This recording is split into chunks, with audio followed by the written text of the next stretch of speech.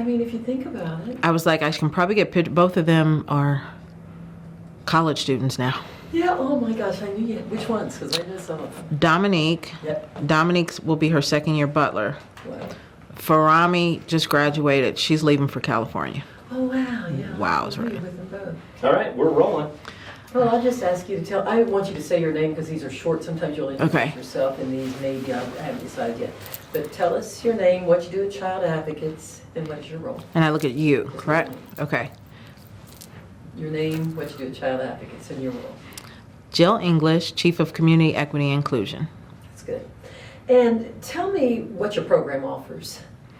Interrupting Racism for Children offers workshops, presentation, conference speaking, and board retreats in regards to discussing what racism is, how it impacts us all from the catalyst of children, and it allows us to have a space of grace and learning our implicit biases, how we can build bridges and have solutions to creating better communities.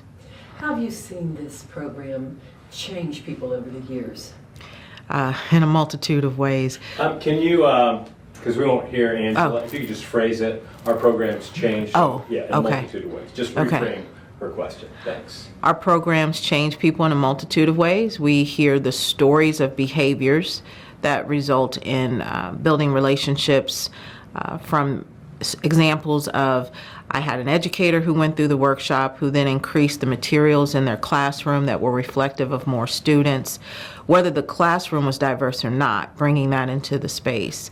Had one story of a parent whose child got a scratch, and when he went to get a Band-Aid, the teacher opened the box and had skin tone Band-Aids. And she called him crying because the child walked away pointing at his arm saying, "She sees me." And so we hear those type of stories. We hear policies that have changed. There was a specific health department that started categorizing people not just by white, black, and other. So we hear a lot of changes that are on the policy level, a lot of changes in behaviors, a transition to not only the staff, but children and youth in our communities as well. Why should people come to the Interrupting Racism for Children workshop? Just say they should come. People should come to the People should come to the Interrupting Racism workshop because it's a place where we grow. We stretch our intellectual abilities to understand that our experiences are our treasures, and everyone has treasures. And when we bring those experiences together, we build bridges, we create solutions, we create better communities. It's less divisive. We're not blaming anyone for what's happened in the past. We're just holding one another accountable for how we move forward with seeing each other in our fullness, and that our communities benefit when everyone is allowed to have access to resources and skills to be their best selves. We all benefit when everyone brings their best selves, and our children thrive in those environments. What is the purpose of the Interrupting Racism for Children program? The purpose for the Interrupting Racism Children program is to illustrate that all children, just like all people, deserve equity, inclusion, and a space where they are allowed to be themselves without impediment from any biases that we may have, whether they're implicit or explicit. And when we bring those out, it allows us to remove them and give people access, give people opportunity and resources. We all, as a community, do better when everyone does better. Why should people care about this? We should care about this. Specifically, I hear people always saying, what's wrong with our youth? And I constantly am saying, let me change my face, because I know I looked away, because that's what I have to do when I get home. What was the question? Why should we care? Why should people care about this? People should care about this because it's our future. It's our now, but more importantly, it's our future. And what direction do we want to go in? Do we want to have healthy communities where our children, who are mirrors of us, reflect our values? And what are our true values? Are our values that we want everyone to succeed at whatever they need to be their best? So I want to live in a community where everyone is healthy. And I don't mean just emotionally, but healthy, mentally, physically. And when we allow people to be their best selves, that's what we can get. What about people in a politically charged time? I'm not going to make you talk politics, but at a time where we're seeing racism sort of rise a little bit, what do you say to people who say, there's no racism? I mean, we need to just put that in the past. Please. When I hear people say that there's no racism or that I don't see color, it immediately begs me to say, well, do you see the color of a flower? Do you see the color of a car? When we tell people we don't see color, just those words are saying something is wrong with acknowledging that people are different. There's nothing wrong with being different, except for the connotation and the context of there is a difference in you that makes something wrong with you. Yeah, and you also have the Youth Against.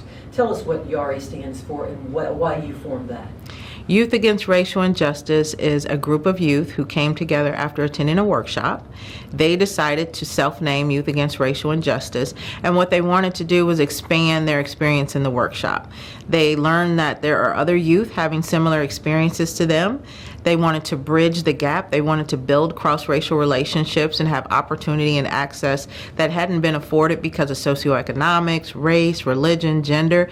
And we've built this community of youth who we expose to things in the community that gives them opportunity and access to expand their possibilities of careers and futures and jobs. They say they've built their confidence, they've built relationships. Some of them have wanted to change the careers that they're going into because they've been exposed to different aspects of health and how we all get better as a community when we have healthy food. They understand that systems have been set up. They want to address systemic power, systemic racism, and systemic bias, and just bring together people to make the communities better. Why is it so important to have youth's voices around this subject? It's important to have youth voices around this subject because they are a mirror of their communities. Youth voices are usually not biased in just saying this is what has happened to me. They oftentimes don't have the context for why it's happening, but when you give them a place and space to understand that, they can articulate in ways how it's impacting them and they want to make change. They haven't had to go out into the world with a lot of the stressors that adults have at this point in their lives. They have stress, but it's different. So they still feel that they are able to have career trajectories where they can make a difference. And they're also pure in terms of how they see things. They want to have time to build relationships. They want to understand differences, and they don't impose their experiences on anyone else and devalue others. I love that. A couple of last quick questions. As a nonprofit, we rely on the generosity of others to help us serve children. Why do you think businesses, foundations, or individuals should support the work we do? I think businesses should support the work we do because we are actually making a huge change in the communities we serve, especially from the catalyst of youth. And when we can get rid of abuse and neglect, and when we can get rid of bias, when we can get rid of racism, when we know that everyone has an equitable, inclusive education experience, then we shouldn't exist anymore. But right now we know all those things exist. So if we want to address them, supporting child advocates financially allows us to continue to be that beacon in this community and make a difference in all those areas. Now, do me a favor. I just want you to say, join us, be a child advocate, in whatever way you want to say that. See, so as soon as you say that, I think Casa. Join us and be a child advocate. Can you look over at this camera and do that? Hold on a second. That's nice. Okay, with a smile, anytime. Join us and be a child advocate. Perfect. You're a natural. That was really good.